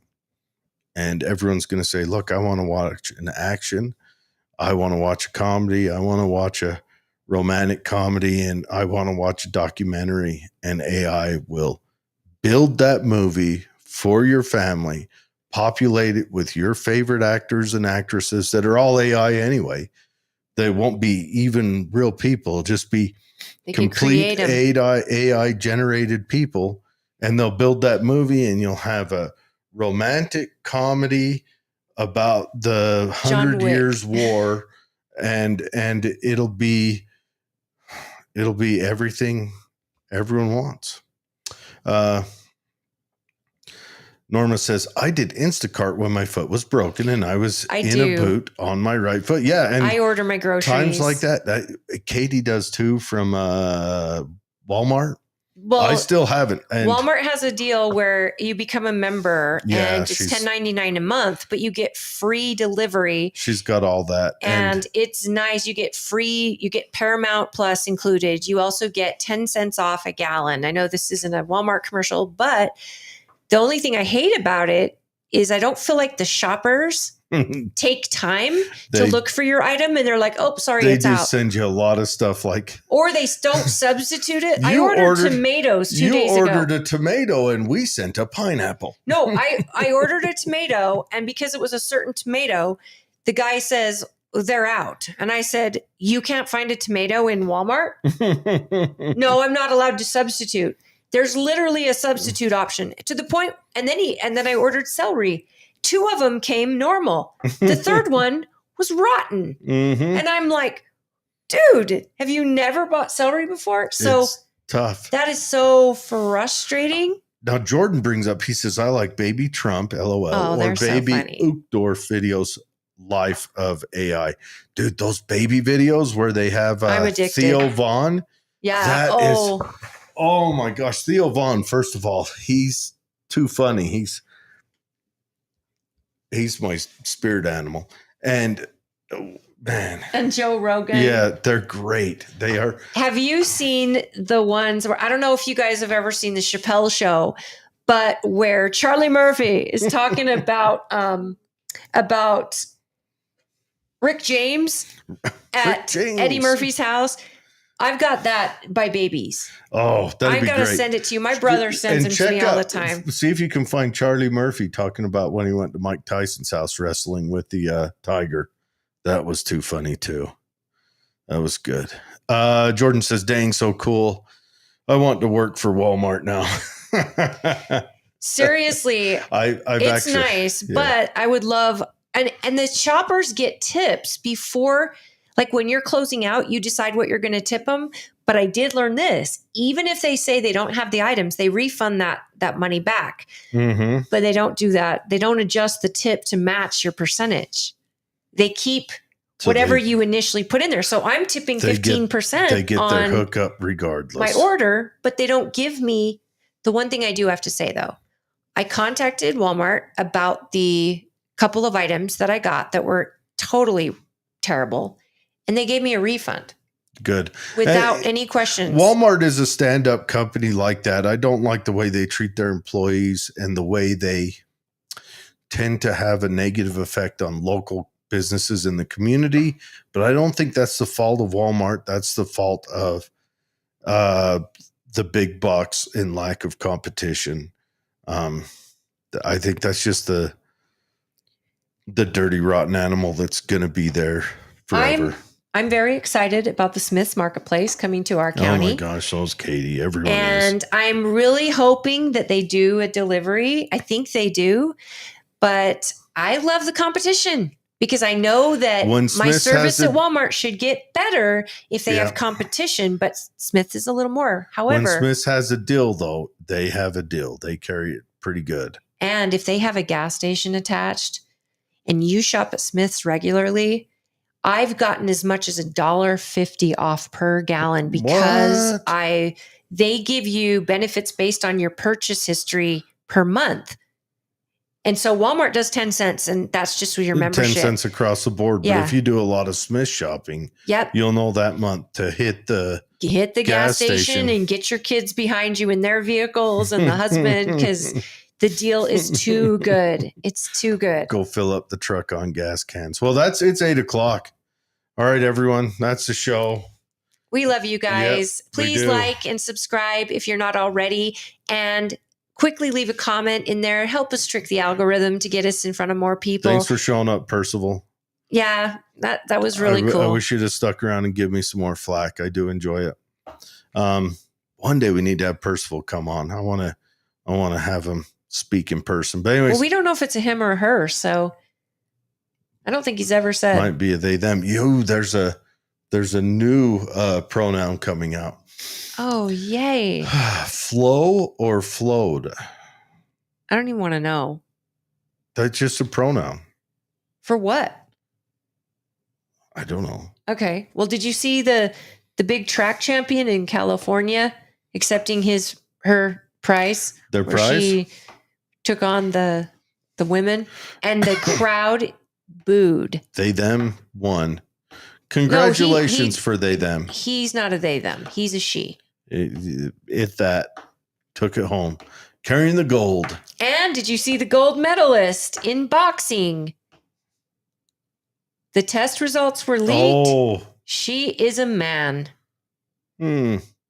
She is a man genetically. So that whole spin they now gave you it's during time the to do Olympics. that lady basketball player that got in trouble in Russia.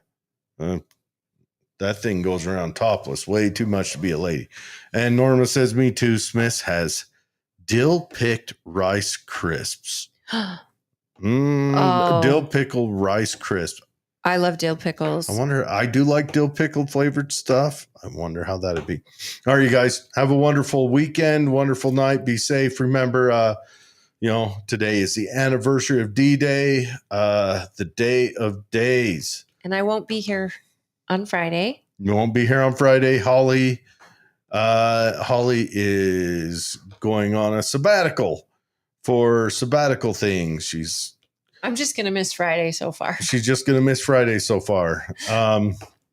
But if anything, I'll pop on here for a minute. Percival, show up. Give me some flack. Maybe you I'll can just see get if Goud. Percival will come on. Oh, that'd be so cool. Percival, do it. Yes. Stop holding us, stop making us feel left out. You need to come back, and we need to have you Be still my aching float. heart. We don't know what yes, the it's pronoun flow and is. flowed. And I saw some ultra left girl, she's got hair is colorful and she's dressed like a slutty librarian, and she's going, there's a new pronoun and it's flow and flowed. How I use it in a sentence. Hi, have you seen flow? Oh, well, I saw flow, and it's instead of using they, them, I'm just like, That's if your goal in life is to seek to make it complicated for everyone around you, you're doing it wrong. Get a job. Become. We're not that great, folks. Become You're not human. that great. You're not that special. Important. We're all the same. You don't matter. And if you're looking like a dude and wearing a dress, and I call you sir, carry on. It's not going to ruin your day. And don't swell up to me. Don't make a big deal out of it. Just carry on.